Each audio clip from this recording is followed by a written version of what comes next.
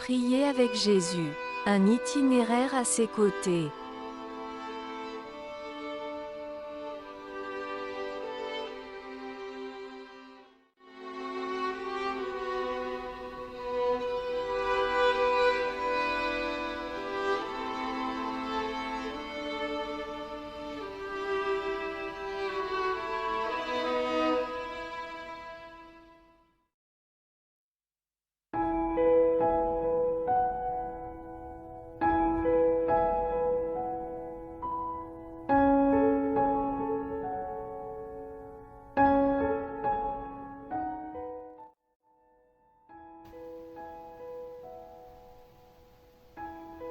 Chers amis, bonjour.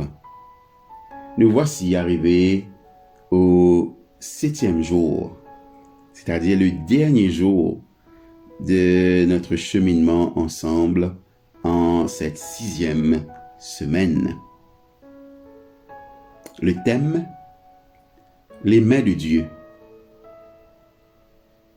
En Luc chapitre 23, au verset 46, nous lisons « Père, je remets mon esprit entre tes mains. » Les mains, elles nous servent à toucher le monde qui nous environne. Nous levons les mains comme un acte d'amour. Nous prenons un enfant par la main et le conduisons sur le chemin. Nous serrons la main d'un mourant pour lui faire savoir que nous sommes à ses côtés. Nous joignons les mains pour prier. Tenir en main ce qui nous a été confié engage notre responsabilité. Dans le récit de la Passion, les mains humaines n'agissent pas avec bonté et droiture envers Jésus. Après son arrestation, ses juges se servent de leurs mains pour le frapper. Les gardes tiennent dans leurs mains les fouets qui le flagellent. Pilate se lave les mains pour dégager sa responsabilité.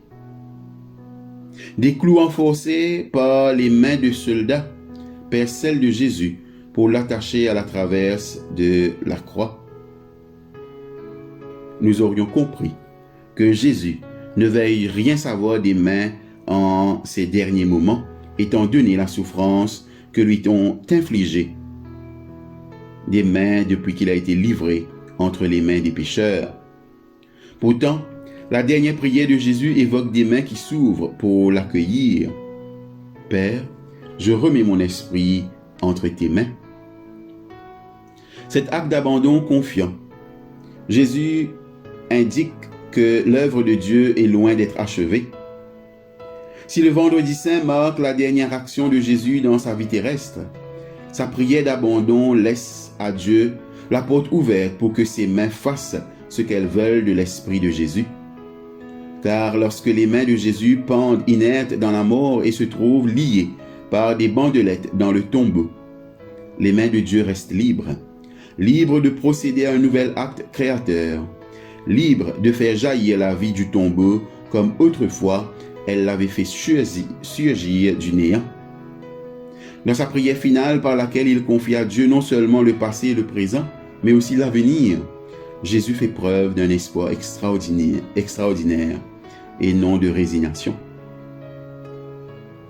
Les mains de Dieu. Nos prières puisent souvent à la source de notre tradition religieuse. Les derniers mots de Jésus reprennent presque textuellement les paroles d'un psaume de délivrance. En l'occurrence, le psaume 31, le verset 6. Le psalmiste et Jésus remettent leur vie et leur esprit entre les mains de Dieu. Pourquoi pas? La création porte la marque du pouvoir vivifiant des doigts divins en déclarant « Je t'ai gravé sur mes mains » en Ésaïe 49, 16. Dieu assure Sion et tous les siens qu'il ne les oubliera pas. Les mains de Dieu accompagnent délicatement nos commencements. Elles préservent notre espérance. Père, je remets mon esprit entre tes mains. En cheminant à l'écoute des prières de Jésus, nous reconnaissons que l'origine et la fin de la vie sont entre les mains de Dieu. Nous ne faisons pas jaillir notre prière d'un abîme de désespoir, cherchant à nous accrocher à un espoir ou à une vérité n'ayant jamais fait l'objet d'expérience. Tout au long de la vie, nous avons senti le toucher de Dieu. Ses mains ont pris les eaux de l'esprit pour les déverser sur nous lors de notre baptême. que nous en ayons conscience ou non. Elles ont saisi les nôtres pour nous conduire, pour nous chérir, pour nous réprimander, nous entourer de soins. Quelle que soit la manière dont la vie se déroule devant nous, ces mains nous font signe d'avancer quand nous avons tendance à reculer. Elles nous révèlent, elles nous relèvent quand nous tombons. Elles nous caressent quand nous avons besoin d'assurance et de consolation. Enfin, lors de nos paroles et prières finales, ces mains seront là pour nous recevoir. Dans l'Évangile selon Luc, Jésus prononce ces paroles d'une voix forte. Cette prière ne pouvait pas être entendue. Cette prière ne pouvait pas ne pas être entendue par les amis et par les ennemis présents au pied de la croix, comme par vous et moi. Il n'y a pas de secret, pas de négation.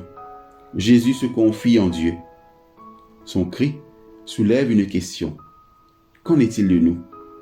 À qui nous abandonnons-nous, non seulement à l'ortique de la mort, mais tout au long du chemin?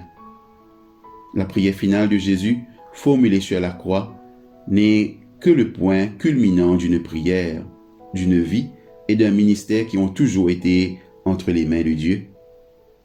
Père, je remets mon esprit entre tes mains. Inutile de conserver ces paroles en réserve pour votre dernier souffle.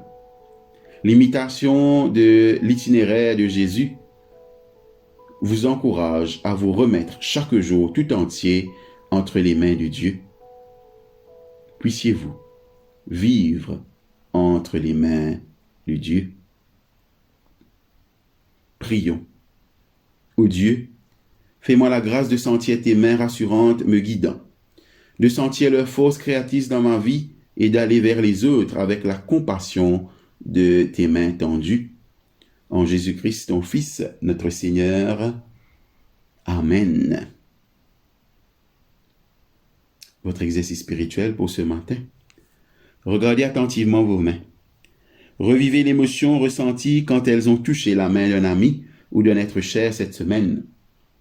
Imaginez-vous tenu par les mains de Dieu. Pendant quelques instants, laissez cette image s'incruster dans votre esprit. À quoi vous pensez ces mains sur vous? Qu'attendez-vous le plus de ces mains à ce moment de votre vie? Faites vôtre la prière de Luc, chapitre 23, verset 46, en remettant votre vie entre les mains de Dieu. Priez pour ceux dont vous connaissez les besoins particuliers. Demandez à Dieu de les tenir fortement dans ses mains. Essayez d'imaginer que vous touchez les mains de Dieu.